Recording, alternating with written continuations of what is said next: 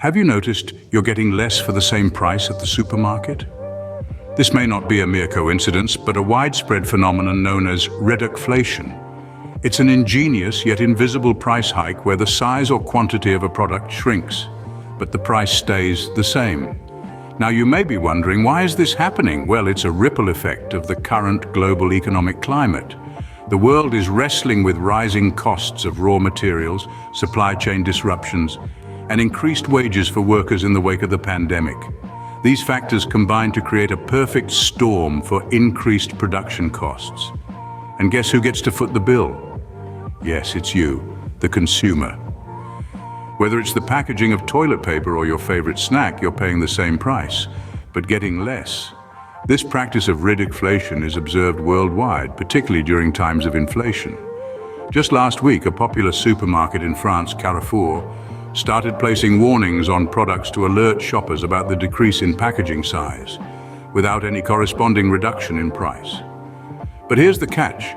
Consumers may not always notice these changes immediately. Often they happen gradually.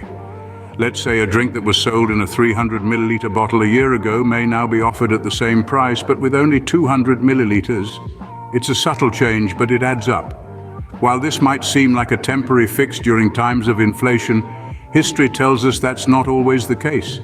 Past experiences with reducflation show that the phenomenon doesn't necessarily end when inflation subsides.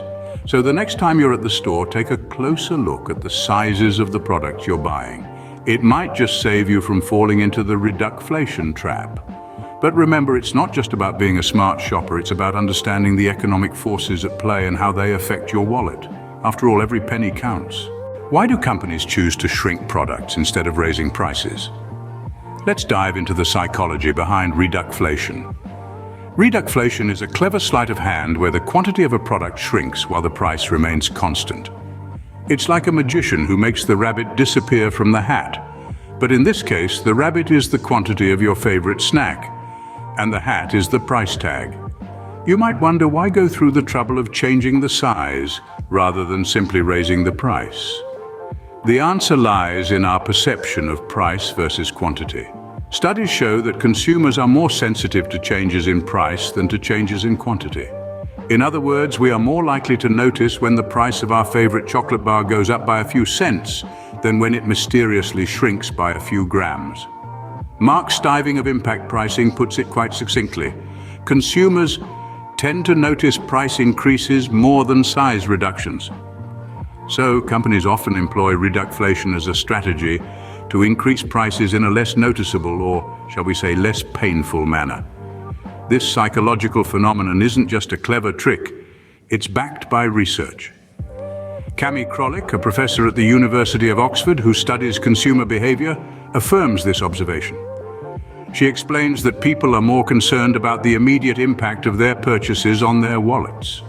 Consequently, they are more likely to notice price increases than the lost quantity of the product when packaging shrinks. What's interesting is that these changes often occur gradually and subtly. You may not even realize that the drink you enjoyed a year ago in a 300 ml bottle is now being sold at the same price but contains just 200 ml. In essence, reducflation leverages our natural tendency to focus on immediate costs, allowing companies to increase prices while avoiding the backlash of a visible price hike. It's a subtle game of perception versus reality, where our focus on the price tag often overshadows the shrinking quantity of the product we receive. It seems we are more concerned about what comes out of our wallets than what goes into our shopping bags. Does the size of the products ever go back to normal? That's the million-dollar question. Based on historical trends and expert insights, the answer is not quite. Once these new, downsized versions of our favorite products hit the shelves, they tend to maintain their miniature stature even when the economic tides turn. Loyalty, a cornerstone of consumer behavior, takes a significant hit during periods of reducflation. It's a simple equation, really. As our cherished brands shrink their products, our devotion to them shrinks in tandem. The usual suspects we've grown to love, from our favorite snacks to our go-to cleaning supplies, suddenly become less appealing as we find ourselves paying the same price for less. In this shift, supermarket-owned brands often emerge as the winners. As our trust in big-name brands wanes, we're more likely to give these alternatives a shot. Who knows, they might even become our new favorites. But what about essential products, those items that we simply can't do without? Unfortunately, they're not immune to the practice of reducflation. Take baby formula, for example. If a family relies on a specific brand and their local store only offers that one option, they are left with no other choice but to purchase the downsized product. It's a harsh reality, but it's the current state of the global market. Now, you might be wondering if there's a silver lining to all of this. Well, it's a bit murky. Even as inflation eases and the economy stabilizes, we seldom see our beloved products return to their original sizes. There are exceptions, of course, but they're few and far between.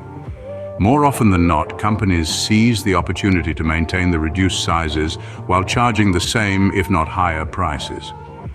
So, to circle back to the question we started with, does the size of the products ever go back to normal? The consensus seems to be a resounding no. It appears that once our favorite products shrink, they stay shrunk. So what happens after the products have been repeatedly reduced in size, you might wonder? Well, this is where a new phenomenon comes into play.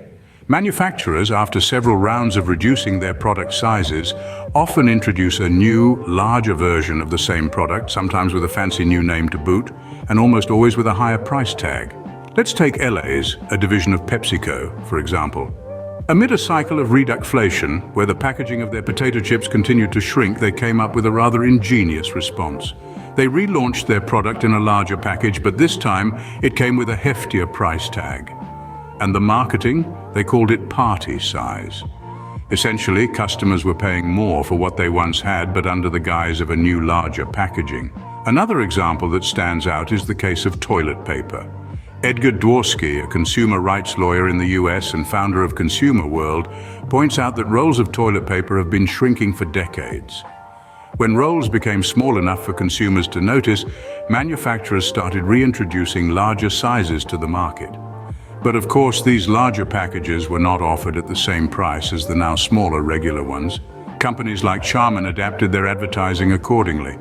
They started referring to their larger packages as double, triple, and even mega rolls. Clever, isn't it? They've essentially managed to make consumers pay more for what they once had, but with the added illusion of getting a superior product.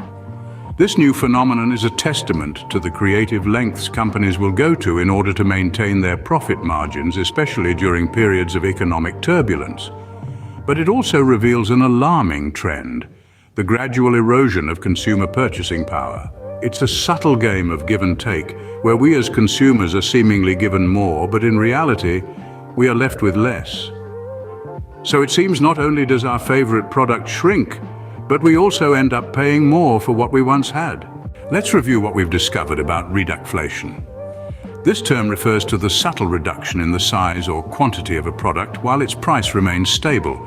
It's a practice that's becoming increasingly widespread in the global economy, particularly during times of inflation. We've seen this pattern in supermarkets worldwide, where consumers are coming out with smaller packages but the same amount paid on the receipt. It's a silent price hike, and it's a consequence of rising raw material costs, supply chain delays, and higher wages for workers in the post-pandemic era. The psychology behind reducflation hinges on the fact that consumers tend to notice price increases more than size reductions. As Mark Stiving of Impact Pricing put it, companies use reducflation to increase prices in a less painful manner. This sentiment is echoed by Cami Krolik, a professor at the University of Oxford, who further explains that people are more likely to notice the impact on their wallets than the lost quantity of the product when packaging shrinks. The long-term impact of reducflation is significant.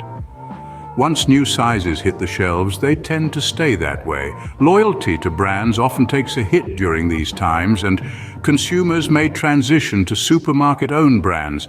But for essentials where alternatives are lacking, consumers may not have much choice but to stick with the shrunken products.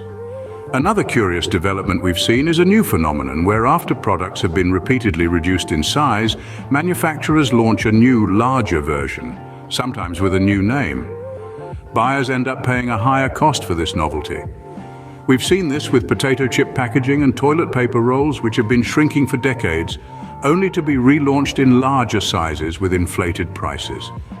These practices, collectively known as reducflation, can be seen as a silent way of hiking prices. As consumers, we need to stay vigilant, keeping an eye on not just the price tag, but also the size and quantity of the products we purchase. In the end, it seems that reducflation is a silent way of hiking prices that we consumers need to stay vigilant about.